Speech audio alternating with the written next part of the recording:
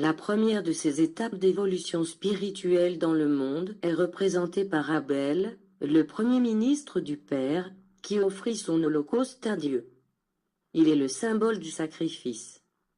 La jalousie se dressa devant lui.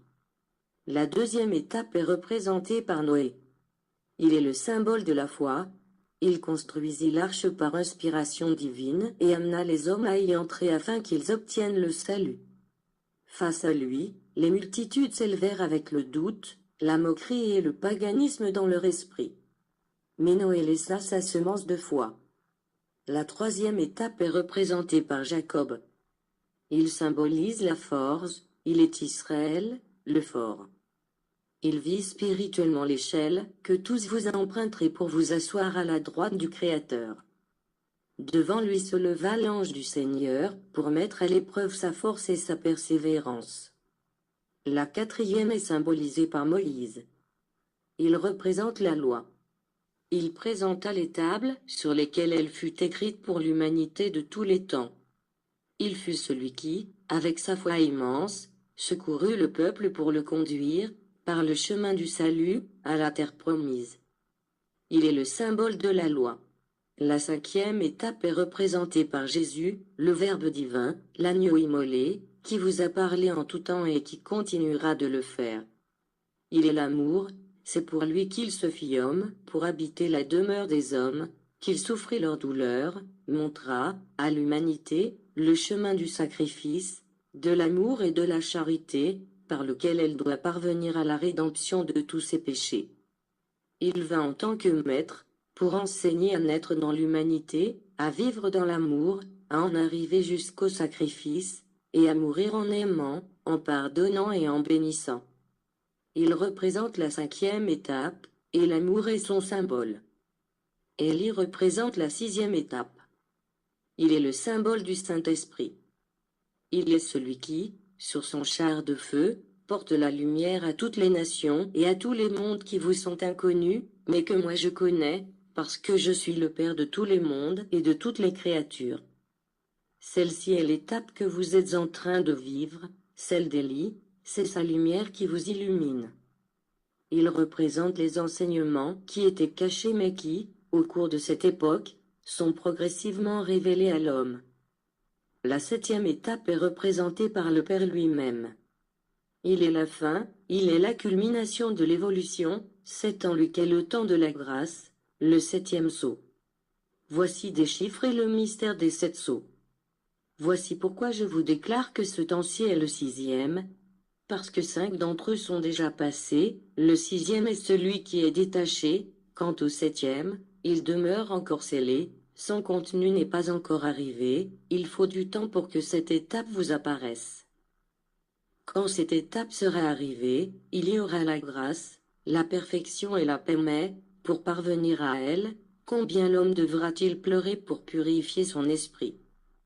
Le livre des 7 sceaux est l'histoire de votre vie, de votre évolution sur la terre, avec toutes ses luttes, ses passions, ses conflits et finalement avec le triomphe du bien et de la justice, de l'amour et de la spiritualité sur les passions du matérialisme.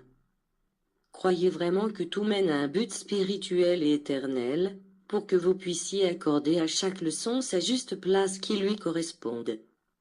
Pendant que la lumière du sixième sceau vous éclaire, ce sera un temps de conflit, de vigile et de purification, mais, dès que cette période sera passée, vous serez arrivé à une nouvelle étape dans laquelle le septième sceau vous dévoilera de nouvelles révélations. Avec quelle satisfaction et quelle joie l'esprit de celui qui aura été surpris, propre et préparé, recevra-t-il le nouveau temps.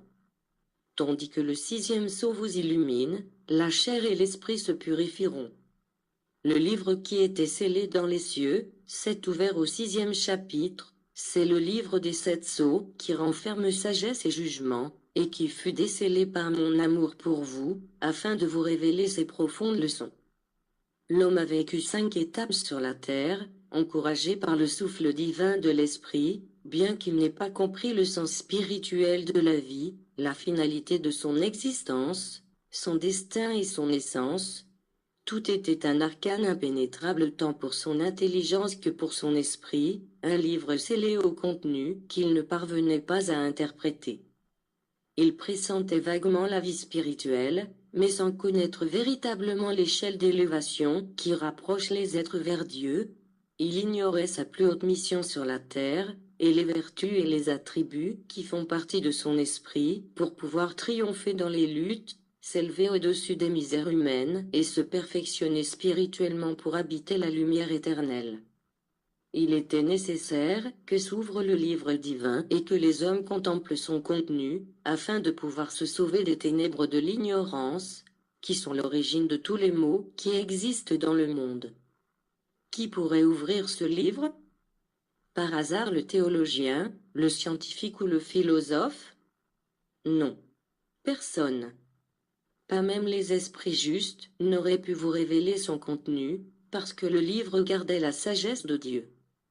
Seul le Christ, le Verbe, seul lui, l'amour divin, pouvait le faire, mais, même ainsi, il était nécessaire d'attendre que les hommes soient en condition de recevoir la divine révélation sans qu'ils demeurent aveuglés par la splendeur de ma présence spirituelle et l'humanité du vivre 5 étapes d'épreuves, de leçons, d'expérience et d'évolution pour atteindre le correct développement qui lui permet de connaître les mystères que l'arcane de Dieu réservait pour les hommes. La loi de Dieu, sa divine parole livrée par l'intermédiaire du Christ et tous les messages de prophètes, envoyés et émissaires, furent la semence qui maintint la foi de l'humanité dans une promesse divine qui annonça toujours la lumière, le salut et la justice pour tous les hommes. Voici le temps attendu pour la grande révélation, celle-là même grâce à laquelle vous comprendrez tout que je vous ai manifesté au cours des temps et que vous saurez qui est votre Père, qui vous êtes vous-même, et quelle est la raison pour votre existence.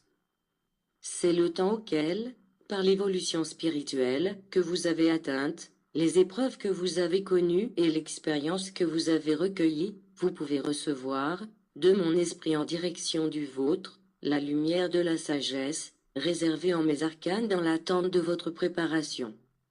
Néanmoins, l'humanité ayant atteint le niveau nécessaire d'évolution pour recevoir mon message, je lui ai envoyé le premier rayon de ma lumière, qui est celui qui a fait s'exprimer, en extase, les hommes rudes et simples qui font office de porte-parole à mon inspiration.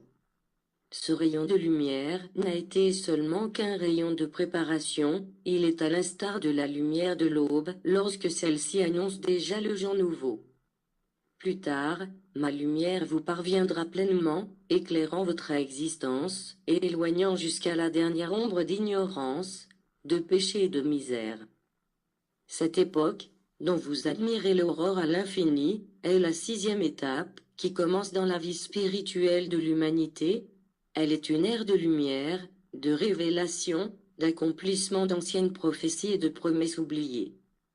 C'est le 6e sceau qui, en se décellant, déborde son contenu de sagesse en votre esprit, dans un message plein de justice, d'éclaircissement et de révélation.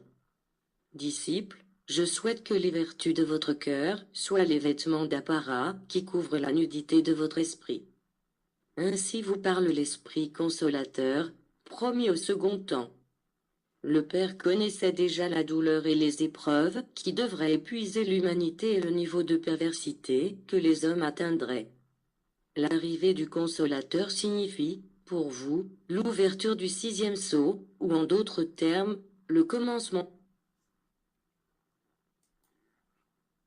d'une nouvelle étape dans l'évolution de l'humanité.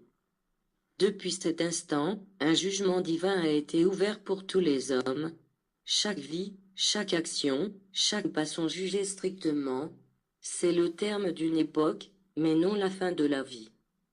C'est la fin des temps du péché et il est impérieux que tout le contenu de ce 6e sceau du livre de Dieu soit répandu dans les esprits, en les réveillant de leur léthargie, afin que l'homme s'élève en emportant l'harmonie de son esprit avec toute la création, et qu'il se prépare pour le moment où le 7e sceau sera décellé par l'agneau, qui apportera la dernière lie du calice d'amertume, mais aussi le triomphe de la vérité, de l'amour et de la justice divine. Je souhaite qu'en cette ère, l'humanité se prépare afin que, lorsque le dernier sceau sera ouvert, les hommes s'en rendent compte et se préparent à écouter et comprendre le contenu des nouvelles révélations. Je souhaite que les nations et les peuples se fortifient pour résister aux amertumes de ces jours-là. Je les appellerai bienheureux, ceux qui sauront passer les épreuves de ces temps, et leur donnerai une récompense pour leur persévérance et leur foi en mon pouvoir, en les considérant comme les parents d'une nouvelle humanité. Quand le 7e sceau aura été fermé, ensemble avec les 6 autres, ce livre qui a été le jugement de Dieu sur les œuvres des hommes, du premier au dernier, demeurera aussi fermé. Alors, le Seigneur ouvrira un livre blanc pour y noter la résurrection des morts, la libération des opprimés, la régénération des pécheurs et le triomphe du bien sur le mal. Comprenez la fin du monde, non comme la fin du monde matériel, la fin du monde physique, car Dieu aime sa création, mais plutôt comme la fin du monde des ténèbres, la fin du monde méchant, l'époque de la victoire du bien sur le mal.